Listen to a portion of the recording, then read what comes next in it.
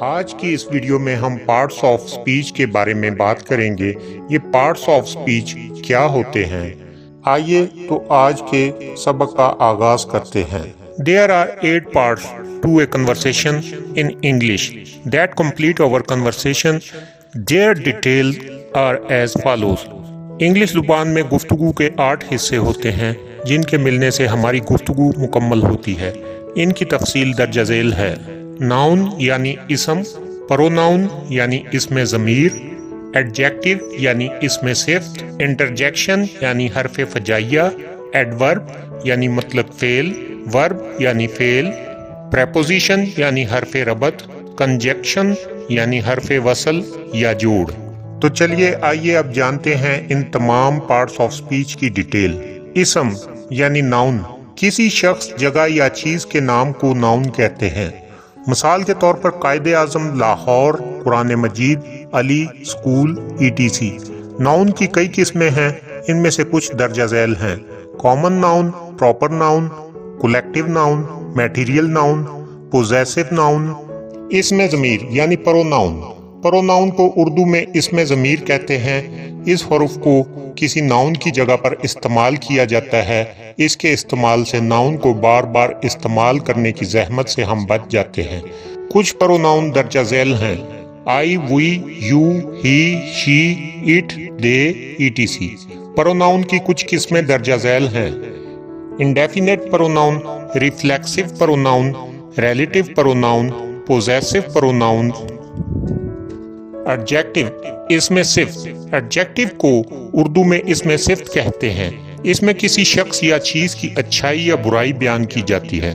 مثال کے طور پر he is a bad boy, she is a beautiful girl, he is an intelligent person۔ ان جملوں میں اسم صفت مندرجہ ذیل استعمال ہوئے ہیں: bad، beautiful، intelligent۔ انٹرجیکشن یعنی حرف فجائیہ، وہ الفاظ جو خوشی، غمی یا حیرانی کے موقع پر بے ساختہ بولے جائیں، حرف ندائیہ یا حرف فجائیہ کہلاتے ہیں۔ ہرا، we have got the ticket۔ wonderful، he jumped so high۔ bravo، go ahead۔ ہرا، wonderful، bravo، else اور او ان فقرات میں انٹرجیکشنز ہیں۔ ایڈورب یعنی مطلق فعل، یہ وہ لفظ ہوتا ہے جو کسی ورب کے معنی میں اضافہ کر دے۔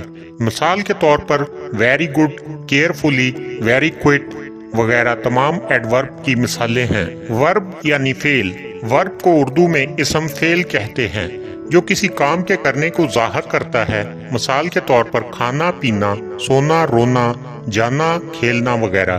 اس کی انگریزی میں کچھ مثالیں درج ذیل ہیں جیسے سلیپ، سیل، ٹاک، ٹیک، ریڈ، رائٹ، ETC۔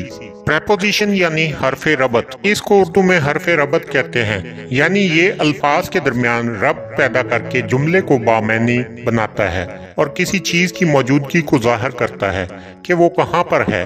مثال کے طور پر درخت کے نیچے سو رہا ہے، اس جملے میں نیچے حرف ربط ہے۔ اب ہم کچھ مثالیں انگلش جملوں کی دیکھتے ہیں۔ Cat is under the table, he is sleeping under the tree, there is no water in the jug, crow is sitting on the wall۔ Under، in اور on وغیرہ حرف ربط کی مثالیں ہیں۔ کنجنکشن یعنی حرف وصل یا جوڑ، یہ ایک ایسا لفظ ہے جو دو یا دو سے زیادہ جملوں کو آپس میں جوڑنے کے کام آتا ہے۔ اس کی کچھ مثالیں درج ذیل ہیں: It flew here and there in search of water, but it could not find water anywhere. I cannot meet you because I am busy. He saw his shadow while he was crossing the stream۔ ان جملوں میں استعمال ہونے والے conjunction درج ذیل ہیں: and، but، because، while، ETC۔ آپ تمام دوستوں سے گزارش ہے کہ جن دوستوں نے ابھی تک ہمارا چینل سبسکرائب نہیں کیا، ہمارے اس چینل کو سبسکرائب کریں، ہماری ویڈیوز کو لائک کریں اور اپنی رائے کا اظہار کمنٹ سے کریں